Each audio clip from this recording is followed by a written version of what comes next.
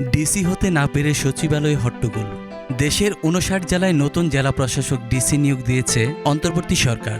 এ পদে নিয়োগের ক্ষেত্রে বঞ্চিত হওয়ার অভিযোগ তুলে সচিবালয়ে উপসচিব পর্যায়ের একদল বিক্ষুব্ধ কর্মকর্তা হট্টগোল করেছেন।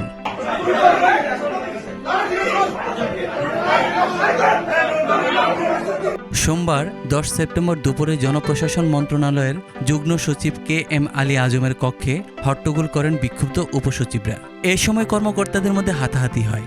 ডিসি পোস্টিংয়ের জন্য গঠিত SSB বোর্ডের সদস্য সচিব জয়েন্ট সেক্রেটারি আলী আজমকে লাঞ্ছিত করেন বঞ্চিত কর্মকর্তারা।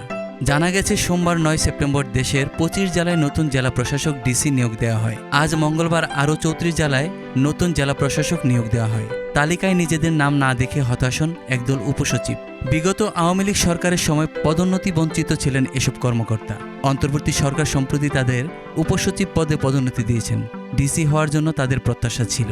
মঙ্গলবার দেশের ৩৪ জেলায় জেলা প্রশাসক প্রত্যাহার করা হয় এবং সে সঙ্গে নতুন করে প্রত্যাহার করা ডিসিদের জায়গায় ৩৪ জনকে পদায়নও করা হয়েছে। এর আগে গতকাল সোমবার ৯ সেপ্টেম্বর ঢাকা, সিলেট, বরগুনা, গোপালগঞ্জ সহ দেশের ২৫ জেলায় নতুন জেলা প্রশাসক নিয়োগ দেয় অন্তর্বর্তী সরকার। জনপ্রশাসন মন্ত্রণালয়ের মাঠ প্রশাসন শাখা থেকে এক প্রজ্ঞাপনে এ পদায়নের কথা জানানো হয়। শেখ হাসিনা সরকারের পতনের পর গত ২০ আগস্ট এসব জেলার ডিসিদের প্রত্যাহার করে তাদের বিভিন্ন মন্ত্রণালয় ও দপ্তরে বদলি করা হয়। তার কয়েকদিনের মধ্যেই ৫৯ জেলায় নতুন ডিসি নিয়োগ দিল সরকার।